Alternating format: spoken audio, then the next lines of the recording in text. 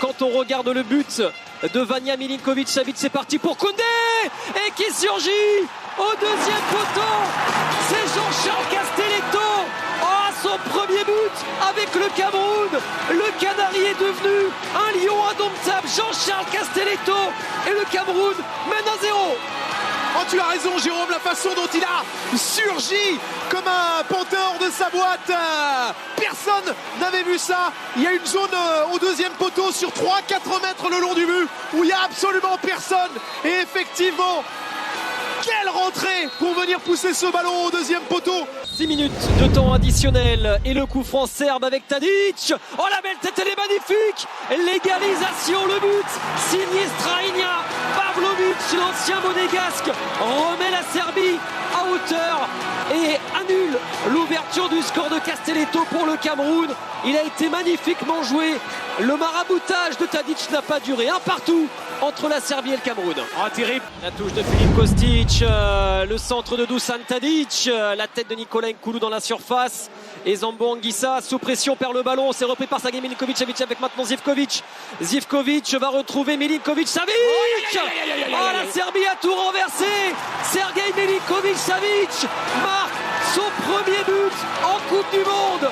Sergej Milinković-Savić, le talent, l'intermittent du spectacle, trouve la faille dans la défense camerounaise. C'est dur pour les Lions indomptables et ça fait 2-1 pour la Serbie. Récupéré messieurs par Mitrovic à 30 mètres des buts. On décale sur le côté Filip Kostic avec encore un décalage de l'autre côté droit. Ça peut filer au but. C'est trop facile pour cette Serbie. On le sentait.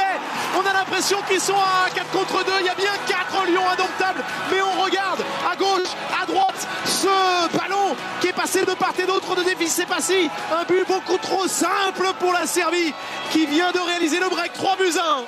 Oh, quel mouvement de grande classe de la Serbie. Le jeu à une touche dans la surface de réparation. La passivité de la défense camerounaise qui s'est fait balloter, balader.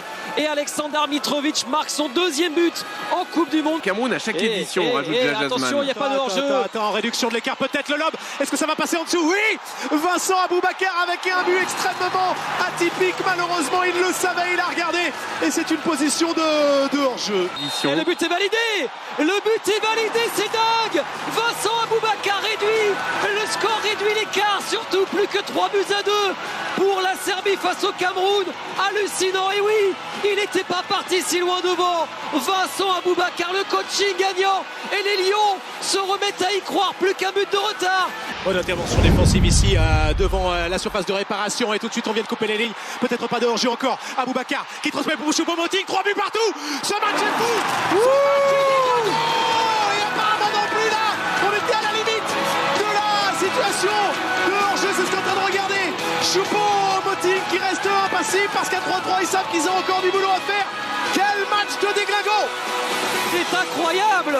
Encore une fois, les Serbes pris dans le dos, pris par un mauvais alignement et la vitesse de Vincent Aboubakar, l'entrée en jeu déterminante de l'ancien joueur du FC Porto, la passe décisive pour Eric Maxime Choupo-Moting et lui aussi trouve le chemin du but pour la première fois de sa carrière en Coupe du Monde. Milinković-Savić va pouvoir dégager la dernière opportunité, peut-être. Non, on en reste là.